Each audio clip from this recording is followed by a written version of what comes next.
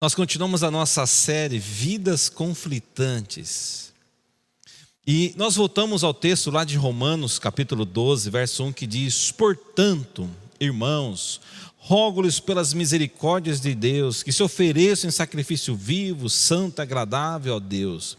Este é o culto racional de vocês. Não se amodem ao padrão deste mundo, mas transformem-se pela renovação de sua mente, para que sejam capazes de experimentar e comprovar a boa, agradável, perfeita vontade de Deus. Quando nós usamos a palavra padrões deste mundo, nós podemos considerar essa palavrinha mundo especificamente. Os gregos também tinham uma palavra para mundo chamado cosmos, daí vem a palavra cosmologia, é a palavra que está lá em João 3,16, quando Deus amou o cosmos, o mundo. Mas a palavra aqui neste texto é aion, que pode também ser traduzida por tempo, século, algo passageiro ou uma época. Ou seja, o que nós estamos enfrentando, esse padrões deste mundo, sejam as coisas referentes a esta época, a este mundo, a esta parte da história, a esse tempo, esse momento. E pensando em nossa época, eu quero convidar a nossa conversa aqui Richard Foster. No seu livro, em um dos seus livros, ele diz que existem 3 ídolos do nosso mundo. Existem 3 forças que movem a humanidade. Essa época: o dinheiro, o poder e o sexo.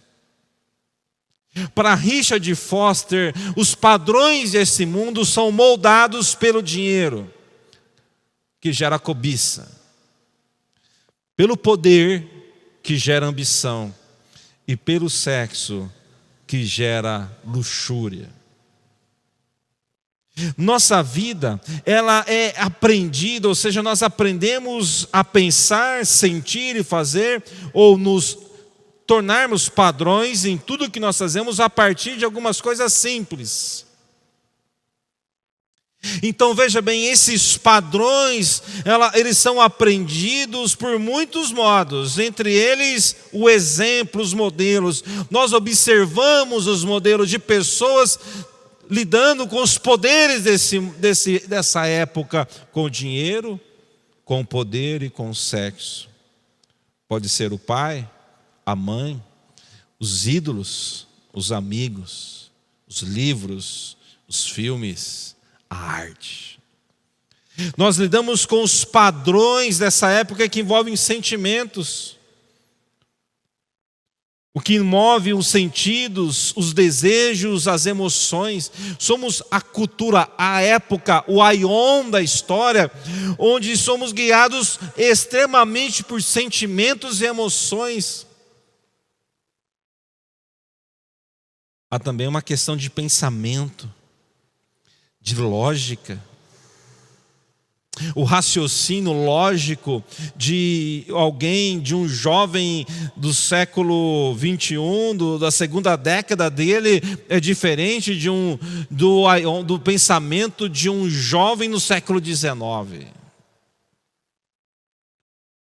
No passado, acreditava-se que a boa formação, a boa universidade, que um bom diploma, que os modos, que a etiqueta, que os padrões daquele mundo seriam bons. Então as pessoas formavam seus filhos para isso. Famílias trabalhavam para que o seu filho tivesse esse comportamento. Famílias simples preparavam mesas legais para reproduzir os padrões de comportamento. É interessante que nós somos isso. Os pensamentos mudaram, a lógica de hoje é outra. É conquistar, ganhar, trabalhar, impessoal, sem contato físico ou emocional com as pessoas. É um tipo de comportamento também. Outro autor chamado Dallas Willard, ele vai dizer o seguinte, que parcela restrita de nosso ser está sob controle de nossa mente. Mas eu quero dizer uma coisa para você, cristão, que entendeu essa mensagem. Eu falo assim: puxa vida, pastor, mas então como eu faço? Diante dos padrões desse mundo, lembre-se da palavrinha de Paulo: renove sua mente. Mas como assim? Como que eu vou renovar em mim mesmo? Não. 1 Coríntios 2, 14 e 16 diz assim: quem não tem o Espírito não aceita as coisas que vêm do Espírito de Deus, pois eles são loucura e não é capaz de entendê-las, porque elas são discernidas espiritualmente. Mas quem é espiritual discerne todas as coisas, e ele mesmo por ninguém é discernido, pois quem conheceu a mente do Senhor para que possa instruí-lo? Nós, porém, temos a mente de Cristo. O cristão salvo, regenerado, nascido do Espírito, a sua mente está em Cristo. E é por isso que ele está em conflito com essa época, com seus modelos, com seus pensamentos, com suas filosofias, com seus comportamentos.